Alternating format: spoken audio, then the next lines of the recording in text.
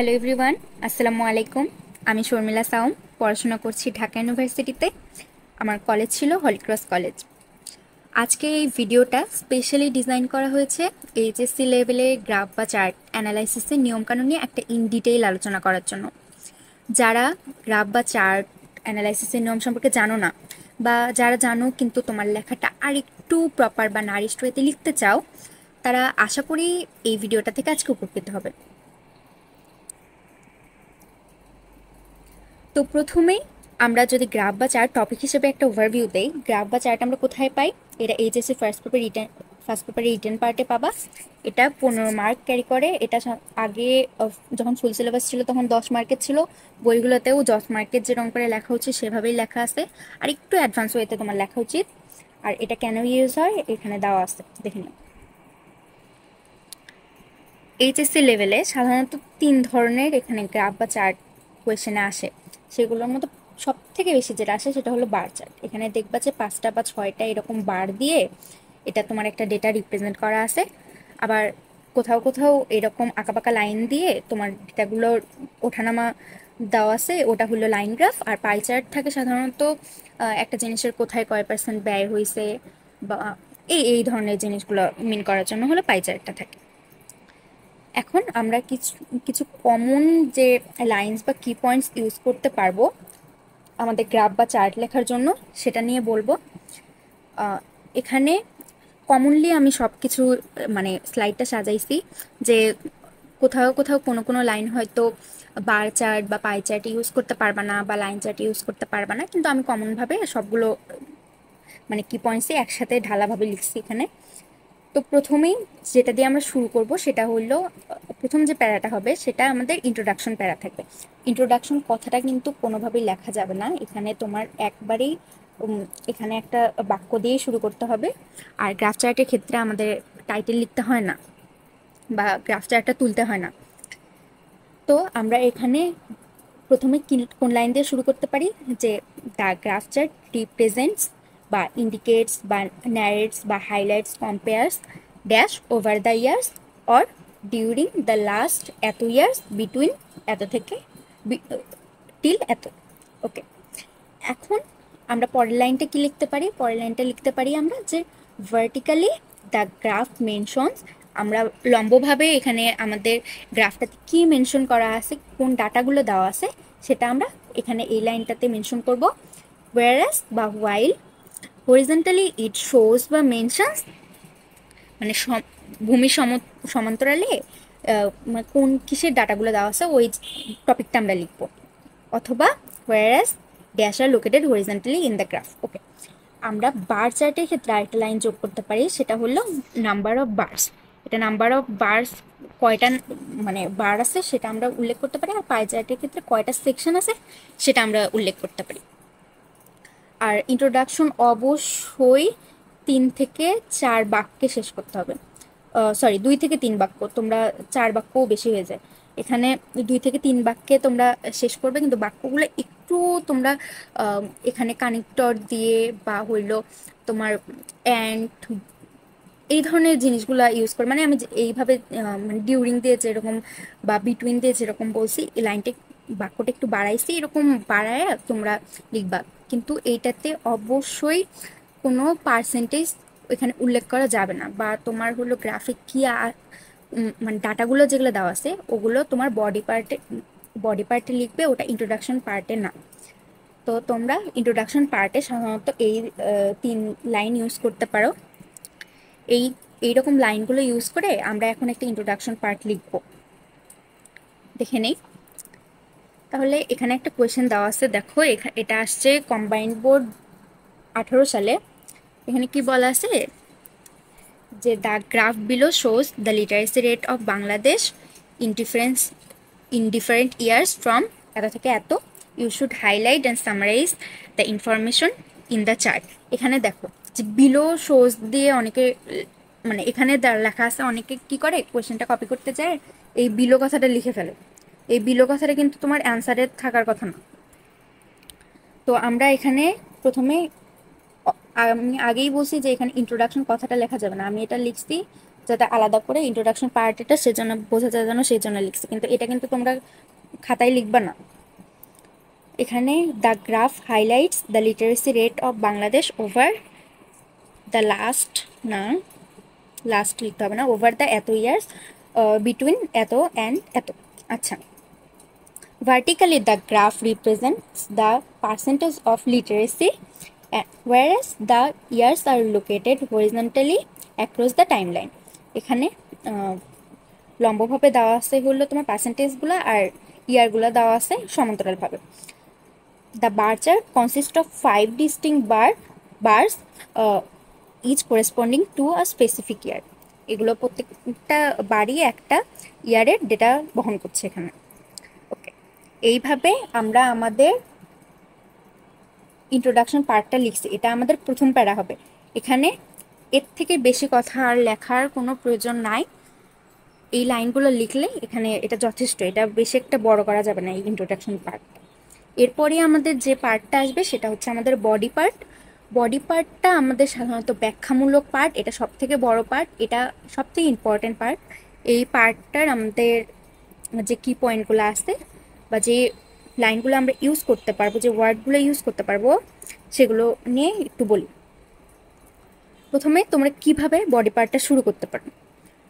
Body পার্টটা শুরু করার ক্ষেত্রে তোমরা প্রথমে এখানে at a glance over the years the graph demonstrate বা there has been significant remarkable notable দিয়ে এই লাইনটা দিয়ে শুরু করতে পারো। এখানে কি বলা আছে যে তোমার এক দেখায় ওই ওভার দ্য ইয়ার্স তোমার গ্রাফটা কি বাড়ছে না কমছে নাকি হ্রাস বৃদ্ধি হচ্ছে সেটা মিন করতেছে। যদি তোমার এটা দেখবা যে ক্রমশ হ্রাস পাচ্ছে, তাহলে সেটা হবে ডিক্রিজ, ডাউনফল, ডিক্লাইন, ফল, গোয়িং আউটসাইড, এই ধরনের মানে শব্দগুলো তোমরা ইউজ করবা। আবার যদি দেখো যে ক্রমশ বৃদ্ধি পাচ্ছে, সেক্ষেত্রে রাইজ, এখানে ডিক্লাইন হবে না, সরি, এখানে রাইজ, ইমপ্রুভমেন্ট, ডেভেলপমেন্ট, অ্যাডভান্সমেন্ট এই ওয়ার্ডগুলো ইউজ করবো। আর যদি দেখা যায় যে হ্রাস বৃদ্ধি হচ্ছে, তাহলে সেখানে আপস অ্যান্ড ডাউনস বা রাইজ অ্যান্ড ফল দিয়ে এই লাইনটা দিয়ে তোমরা শুরু করতে পারো। তারপরে যখন আমরা ওখানে ডেটাগুলো দেওয়া আছে, ধরো তোমার 2015 সালটা প্রথম দেওয়া, ইন এত সাল তুমি দিয়ে দিলা, এখানে দিয়ে তুমি পরবর্তী থেকে আবার ইন আরেকটা সাল লিখবা, ওটা কিন্তু লেখা যাবে না। তখন তোমার লিখবা যে দ্য নেক্সট ইয়ার বা দ্য ইয়ার অফ এত, দ্য, তারপর দ্য লাস্ট ইয়ার, মনে করো লাস্ট ইয়ারে যেটা, এইভাবে তুমি লাইনগুলো পরপর সাজাবা। তুমি যদি সবগুলোই ইন এত সাল দিয়ে রাখো বা এরকম, বা সবগুলোতেই দ্য নেক্সট ইয়ার বা এই ধরনের ইউজ করো, তাহলে জিনিসটা দেখতে খারাপ লাগে, এটা আমরা করব না। তারপর যেটা আছে এখানে যে within the next few or 4 বা 10 ইয়ার্স, তোমার এই নেক্সট 4 বছর বা 10 বছরে কি হয়েছে সেটা নিয়ে তুমি একটু বলতে পারো। তারপর in the graph we notice that the literacy rate showed a slight movement, মানে একটু পার্সেন্টেজ বাড়ছে, মনে করো ধরো 5% থেকে 6% হয়েছে, রিচিং এত পার্সেন্ট। ইন এত সাল the graph shows unnoticeable growth বা ফল of এত পার্সেন্ট। আচ্ছা, কম্পেয়ার টু দ্য প্রিভিয়াস ইয়ার, এখানে কিন্তু তোমার যে গ্রোথ বা ফল অফ এত পার্সেন্ট না, এটা কিন্তু ডিফারেন্সটা হবে, যে এটা কিন্তু তুমি আবার ডাটাটা যেখানে আসে ওটা কিন্তু সরাসরি লেখা যাবে না, এটা তোমার ডিফারেন্সটা যেটা, এটা হলো তোমার ডিফারেন্সটা। মনে করো আগে 5% ছিল, সেখান থেকে 10% হয়েছে, তো এখানে তোমার গ্রোথ হয়েছে কত, 5%। আচ্ছা, compare to the previous year. আর যদি তোমার দেখো যে তোমার ডেটাটা একই আছে, কোনো চেঞ্জ হয়নি, সেখানে তুমি লিখতে পারো দ্য রেট রিমাইন্ড আনচেঞ্জ বা স্ট্যাটিক বা সেম। আচ্ছা, এখন যে আরেকটা লাইন তুমি লিখতে পারো, মেকিং আর রিমার্কেবল জাম্প অফ এত percent.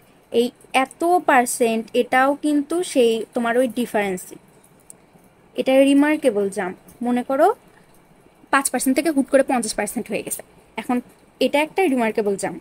The most significant improvement occurred by the year, তুমি এই লাইনটা ইউজ করতে পারো। এই ধরনের অ্যাডভান্স লাইনগুলো তোমার গ্রাফ চার্টটাতে মানে আর মানে তোমার গ্রাফ চার্টটা আর একটু অ্যাডভান্স করবে। অ্যাকর্ডিং টু দ্য গ্রাফ, এত সাল is the year when the highest number was recorded. এইটা তুমি সবগুলোতেই লিখবা, এটা তুমি সবগুলোতেই লিখবা এই লাইনটা। অথবা ইন এত সাল the graph was at its peak, while এত percent is the year when lowest number was. এই জিনিসটা তোমরা চেষ্টা করবা যে সবগুলোতেই দেওয়ার জন্য, মানে কোনটা সর্বোচ্চ আর কোনটা সর্বনিম্ন এটা একটু মেনশন করে দেবো। এখন যদি প্রো টিপসের কথা বলি, আমাদের প্রো টিপসের ক্ষেত্রে আমি সবসময় দেখা যায় তো যে হলো গ্রাফ বা চার্ট লেখার সময়, মানে এটার জন্য ইংরেজি পরীক্ষাতেও ক্যালকুলেটর নিয়ে যাইতাম। এই জিনিসটা করতে পারো যে হলো মনে করো ম্যাথমেটিক্যাল ডিফারেন্সেস দিলে, যেমন এখানে তোমার আমি বললাম যে ফল অফ এত পার্সেন্ট, ডিফারেন্সটা তুমি মেনশন করলা না, এই জিনিসটা দিতে পারো। এটা তোমার লাইনও বাড়াবে, তুমি যে আর মানে ভালো মতো কে এটা অ্যানালাইসিস করছো সেটাও বুঝাবে। তো এটা তুমি চাইলে করতে পারো।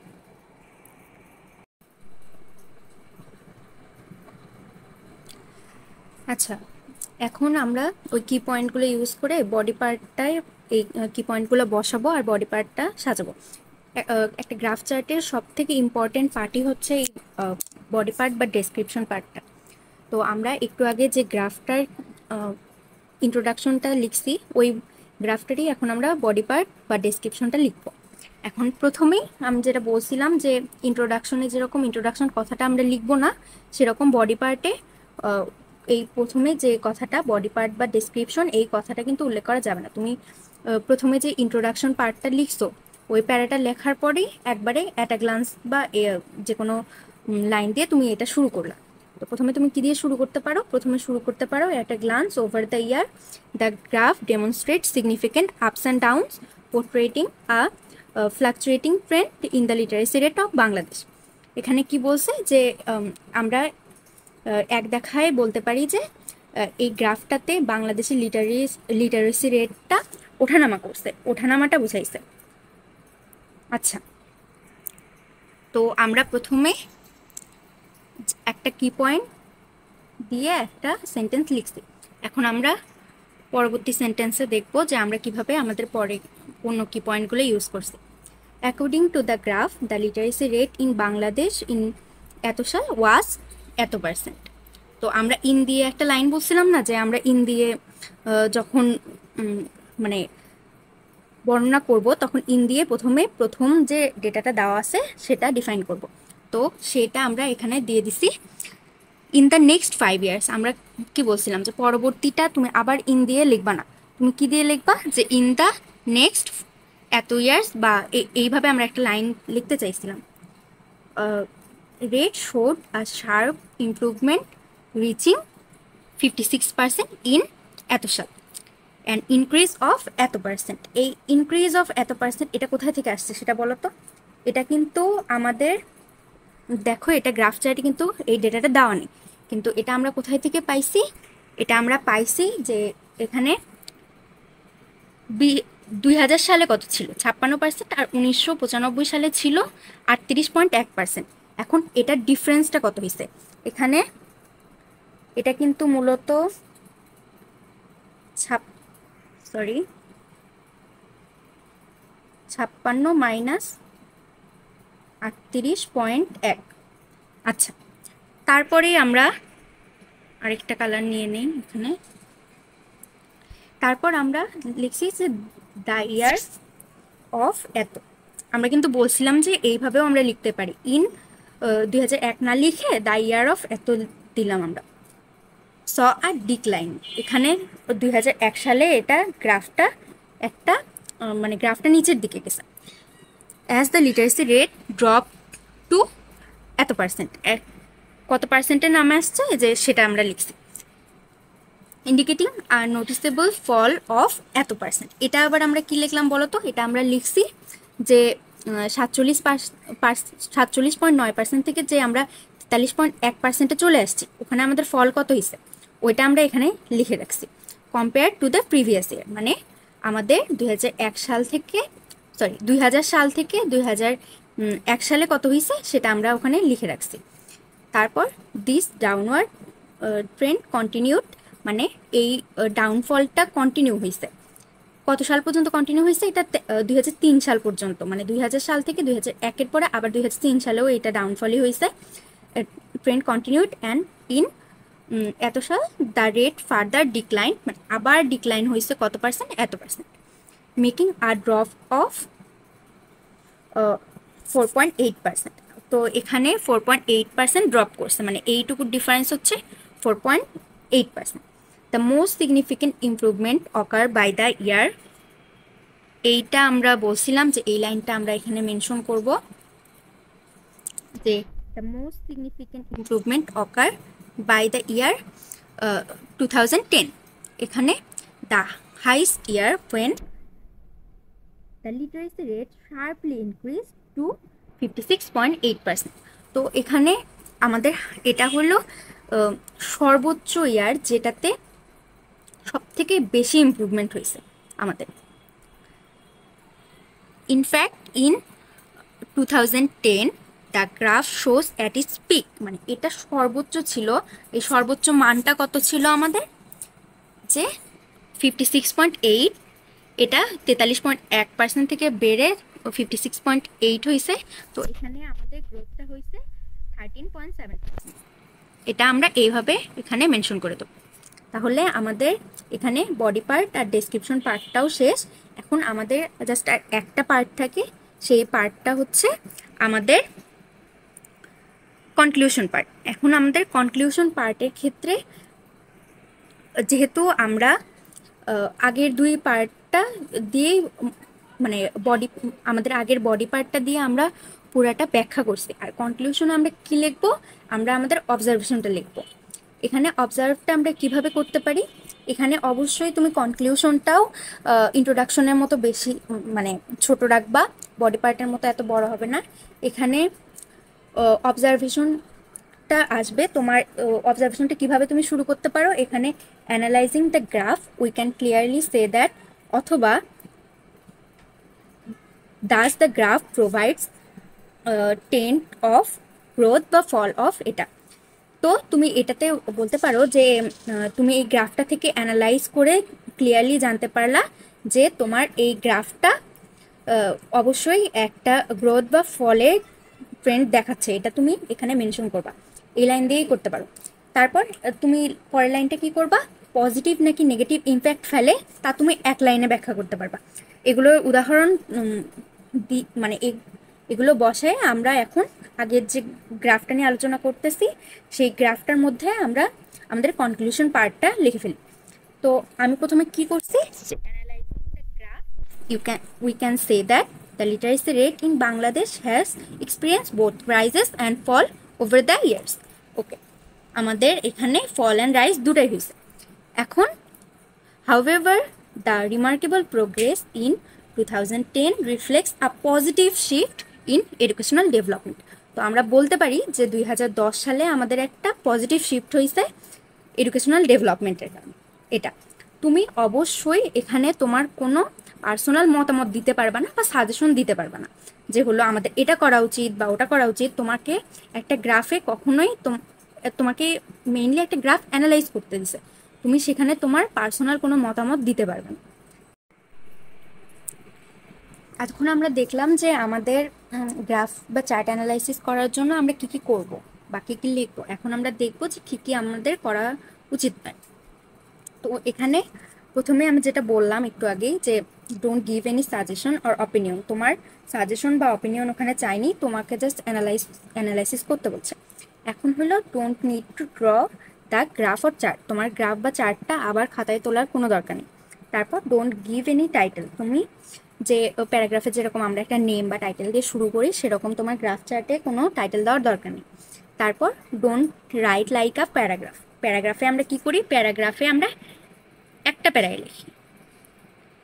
লিখি, কিন্তু সেটা করা যাবে না, মানে ঢালা লেখা যাবে না, তোমাকে 3টা প্যারা মেনটেন করতে হবে। 3টা প্যারা ও তোমার হলো যেভাবে আমি 3বার দেখাই দিছি ওইভাবে করবা। তারপর ডোন্ট মেনশন ইন্ট্রোডাকশন বা বডি পার্ট বা কনক্লুশন, এই কথাগুলো ইন্ট্রোডাকশন, বডি পার্ট বা কনক্লুশন, এই কথাটা আলাদা করে লেখার কোনো দরকার নাই। তুমি পার্টগুলা জাস্ট প্যারা করে লিখবা, কিন্তু এই কথাটা লেখার কোনো দরকার নেই। তারপর ডোন্ট মেক গ্রামেটিক্যাল মিস্টেক্স, এটা তো মাস্ট। আচ্ছা, এখন আমরা আমাদের পুরা অ্যানালাইসিসটা দিয়ে পুরা গ্রাফ চার্টটা একবার একটু দেখি।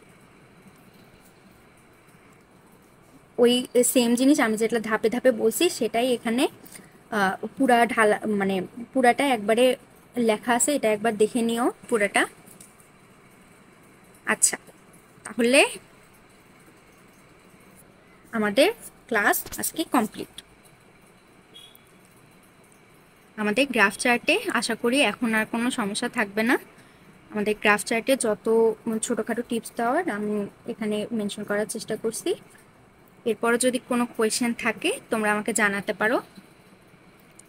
এখন আজকে একটা এইচডাব্লিউ দেওয়া থাকবে, এইচডাব্লিউটা দেখে নিও। এখানে এটাও একটা বোর্ডের কোয়েশ্চেন, এখানে মেনশন করা হয়নি কিন্তু এটাও বোর্ডে আসছিল রিসেন্টলি, ইভেন বেশ কয়েকটা বোর্ডে আসছিল। তো এটার ক্ষেত্রে কি আমি একটু বলি, এটার ক্ষেত্রে দেখো এখানে আমরা যখন ইয়ার ওয়াইজ দেখছিলাম না একটু আগে, এখানে কিন্তু ইয়ার ওয়াইজ নাই, কিন্তু এখানে ফার্মিং বিজনেস তারপর এগুলোতে কে কত পার্সেন্টে গেছে, তো তোমার ইয়ার ওয়াইজে যে মানে কথাগুলো আসবে নিশ্চয়ই একটু আলাদা হবে। এই চারটে একটু আলাদা ধাঁচের, কিন্তু তুমি ওইখানটা যদি ভালো করে বুঝে থাকো তো এইটাও তুমি ভালোভাবেই লিখতে পারবে। তো তুমি এই এইচডাব্লিউটা করে আমাদের এসএফসি গ্রুপে এখানে দিয়ে দিবা। Thank you for watching. আর ইনশাল্লাহ এইচএসসি 25-এর আগে ইংলিশ রিটেন পার্টটা পুরাটা স্টাডি ফর কিউরিয়াসিটি থেকে কমপ্লিট করে দেওয়া হবে। Stay connected.